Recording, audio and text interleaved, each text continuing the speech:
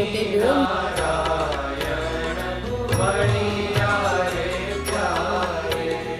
સ્વામી નારાયણ મળ્યા રે ત્યારે, સ્વામી નારાયણ મળ્યા રે ત્યારે, તેણે